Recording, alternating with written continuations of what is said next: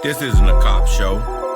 This isn't a political show. This is a reality show. Street experience, law enforcement service, military leadership. This is Real Talk with Mohawk. Welcome to another episode of Real Talk with Mohawk. Today we're discussing the ICE police shooting in Minneapolis, and I'll be providing my own insight on use of force as a 27-year law enforcement veteran certified as a use of force instructor.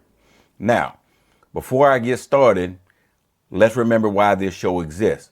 This show is not pro-police, it's not anti-police, it's not pro-citizen, it's not anti-citizen. Having served 27 years in law enforcement, but also coming from the streets, I understand both sides. And I want to be a bridge. I want to be a bit of a mediator between differing views and differing opinions. So that's why this show exists. All right, so let's get to it. So on January the 8th, there was a shooting in Minneapolis. The shooting involved a lady by the name of Renee Good, and she was shot by an ICE agent. So I've watched 3 different views or camera views of the incident. One was a body cam, one was a camera from somewhere it looked like it was across the street, and then later released, not at the time that those were, but later on, there was another video released, and it came allegedly from the officer who fired the shots. It came from his actual cell phone. So let's talk about what these videos show. So ICE was in Minneapolis conducting ICE operations. Now, it's a very controversial subject. There were people protesting the operations that ICE was conducting. Now, we're not going to talk about today if you believe that ICE or we believe that ICE should be doing what they're doing or they shouldn't, because that's not the purpose of this show. We're talking about what happened and the use of force. So, again, we'll all have differing opinions of if ICE is doing the right thing. That's for another show, and probably not even on this show, because it gets into politics, a lot of it. But you have people protesting, and you have ICE agents attempting to drive down the street. They were in unmarked cars, but their emergency lights were operating. Renee Good was driving a sport utility vehicle, and she had the road blocked in front or in the path of the ICE agents who were attempting to leave. And the ICE agents got out of their vehicle. They were clearly identified as law enforcement officers, so there was no confusion on that. And they begin, looks like they're telling her to move or having some type of conversation with her and her wife, who was outside. Her wife was actually recording the incident as well. They had some conversation, and the officer that fired the shots, he actually walked around. He had his phone out recording. He walks around the rear of the vehicle, of her vehicle, goes up the passenger side towards the front. While that's happening, another ICE agent tells Miss Good to exit her vehicle. Well, Miss Good refuses to exit the vehicle, and that same officer yells a little bit louder for, I don't remember exactly how many times, but 3 or 4 times he's telling her to get out of the vehicle. So the officer that fired the shots, who's also recording this with his cell phone, begins moving around the front of her vehicle as if he's going around to where his partner was. As he's going around the front of the vehicle, Miss Good begins turning her wheels, or front wheels, turning to the right, which would be exiting on that officer's left. He sees that she's turning the wheels. When she does that, he pulls his gun and points it at the front windshield of the car where Miss Good is. So he's apparently pointing this at Miss Good, pointing his gun at Miss Good. Well, Miss Good accelerates and actually hit the officer. I mean, it wasn't a real hard strike, but she did hit the officer. One view, you couldn't see it as well because between the camera and the officer that fired the shot, you had the other officer, and he was kind of in the way, so you couldn't see it from that angle. But clearly, from the angle from the camera across the street, you could see that that's what happened. And you could see her accelerate, and you see his body move backwards. which is not a natural movement. He moved backwards because she struck him. And then later on, I think it was the next day when I saw it, the video footage from his phone was released. And you can actually see when he's hit with the vehicle, and you actually hear him holler something like, "Oh," or some comment like that. But obviously she struck him with the vehicle. Now, there are some questions that came up in this, and then let's finish this out. So after the shot was fired, one went through the front windshield, and looked like a couple more shots were fired from the side of the vehicle as she passed that same officer that she had just struck. Now, the vehicle went up the road, the vehicle crashed off to the side of the road, and unfortunately, this lady succumbed to her injuries. And that's unfortunate. Any loss of life is tragic. I don't care if it's a law enforcement officer, a citizen, a good guy, a bad guy, it doesn't matter. Any loss of life is bad, it's sad. Everyone has families. And we'll talk about that a little bit later in this show. So now we have to look at not if we believe that the ICE agent should be there or not, because that's not going to be relevant. The only thing that's going to be relevant is if they were there lawfully. So let me tell you how this will be judged. And I'm telling you this as a use of force instructor. So, when this stuff goes to court, so now they're looking at what they'll do with this officer, right? Are they going to indict him? Are they going to prosecute him, or are they not? And the courts cannot be concerned with opinions. The courts are not going to be concerned with emotions. The courts are not going to be concerned on if I believe that ICE should be conducting those operations. They're not going to be concerned if I think they shouldn't or should. That doesn't matter. The courts are not concerned with that. The courts are going to use constitutional rights and case law to determine if this officer should be charged and prosecuted for this shooting. Now, this is going to be, so let's talk about these case laws that are going to be looked at to determine if what this officer did was justified or not. So we're going to look at, the courts will look at a case known as Graham v. Connor.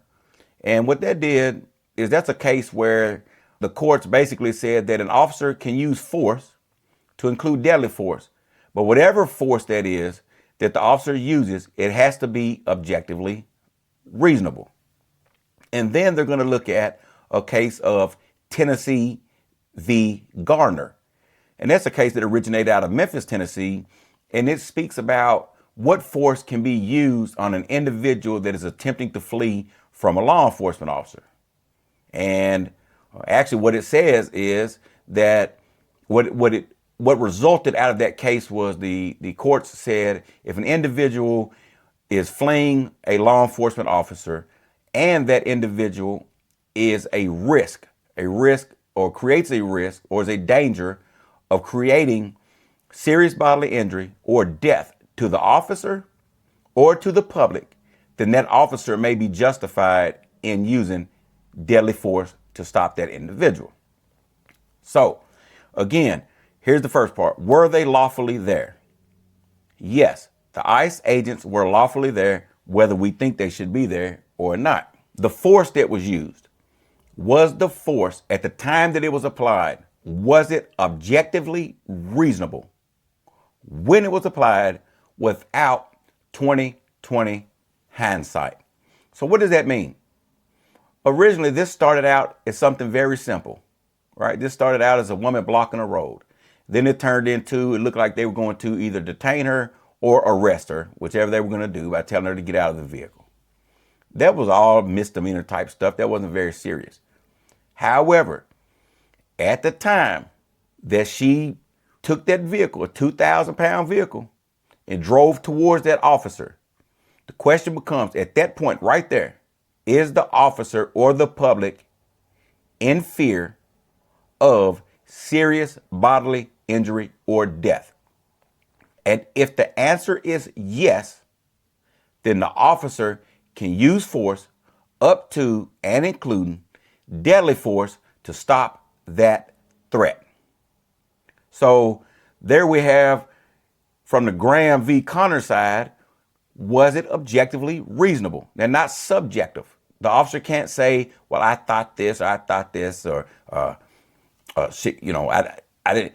It can't be what you think may have happened. It's got to be what you saw at the time. So he can testify that there was a car and the car moved towards him. He can't say what her motive was because he don't know what it was or what he thought her motive was. He can only say that the vehicle was coming towards him and he perceived that as a threat and he took action against that. That's it.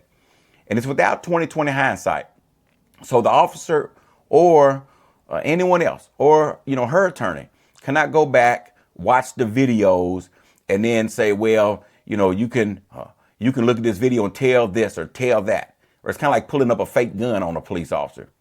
You pull up a fake gun on a police officer and the officer shoots you and it turns out not to be a real gun. Well, you knew that in hindsight. The officer didn't know that at the time that he applied the force. All right. So that's the objectively reasonable part. And then there's a question that this is going to go under the Tennessee v. Gardner. Was she attempting to flee? Yes, she was attempting to get away from the officers. So she was attempting to flee, and there was reason to believe that she created a situation that could have resulted in the officer being injured or killed. So that's how the courts are going to look at it. I'm not here to tell you again if it's right or wrong as far as what the ICE agents are doing. We need to get past that. I'm telling you that that's how the courts are going to look at it. And I'm not going to tell you what the courts are going to say. I've got my opinion of what they're going to say, but you heard what I said. You can go back and look at the videos and you make a determination based off the information I gave you. Now, one reason I wanted to talk about this today was, one, to clarify. I want people to be informed about deadly force and when officers can use it. I want the officers to know, because some officers don't really know case law as well as they should. That's another issue. But this is what I want. Remember I told you that I want to be a mediator? Remember when I told you I want to see this from different angles? This is what I see when I look at this entire thing, this totality of everything that's going on in this case. Please, please, please, let's stop getting ourselves into these type of situations. I'm talking to my law enforcement folks. I'm talking to my regular citizens out here, right? Let's stop getting ourselves into these situations. Let's stop letting our frustration get us into such a position to where things like this happen. Because whether it's a law enforcement officer that's injured or killed, whether it's a citizen who is injured or killed, the bottom line is these are real people. These are real families being affected. This woman had kids. They lost their mother. And this isn't the only time. These things happen. Unfortunately, they happen fairly often. Now, usually the officers, and I can tell you this, that the use of force where deadly force is utilized is less than 1%. It's less than 0.1%. I mean, it's a very low percentage of that happening when a person, and it's even lower uses of force when a person isn't armed. So this whole narrative, I know the media wants to push this out, the police officers run around killing people. That is not true. That's the media trying to keep us all divided. That's another reason I want to talk about this. They're trying to keep us divided because here's the bottom line. Who do you think owns the media companies? The rich people. People we don't even know them. We don't even know them. So we're sitting down here fighting because of a narrative that the people up here, right? They push this narrative down. They get us all into it with each other. And we've gotten to a point where we hate. Man, there's so much hate going on. It's sad to see. We got it about politics. We're into it. We can't even deal with our own family. We got young men that's out here get mad about someone bumping up against them. And there's so much anger that we're killing people needlessly. All these types of situations. And it's causing people to die. It's causing families to continue to suffer.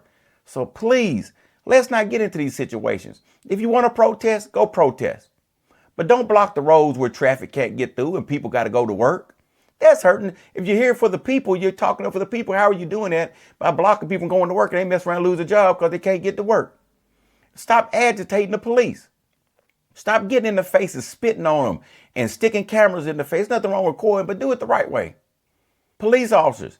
One thing we got to learn to do as police officers, learn to talk to people. Stop being so damn crazy and wanting to fight.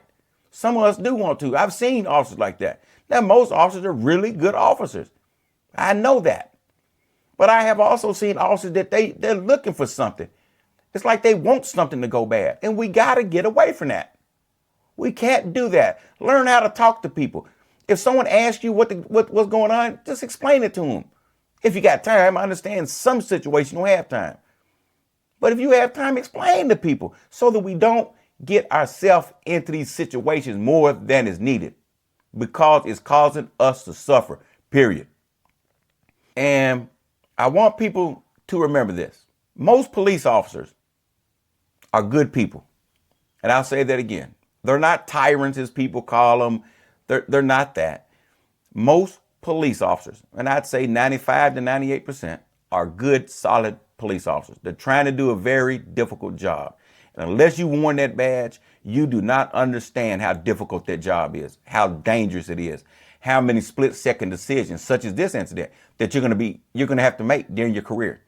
And police officers have a mindset, right? They have a mindset. They got to try to live for 20, 25, 30 years of this career. They got to try to make it home every day. That's tough. And some of them, unfortunately, don't. So remember, all police are not bad. Most are good. But there are a few bad apples, and a few bad apples spoil the bunch. And I'm the first one. You've seen me talk about this before. I've talked to you about corruption that I've seen.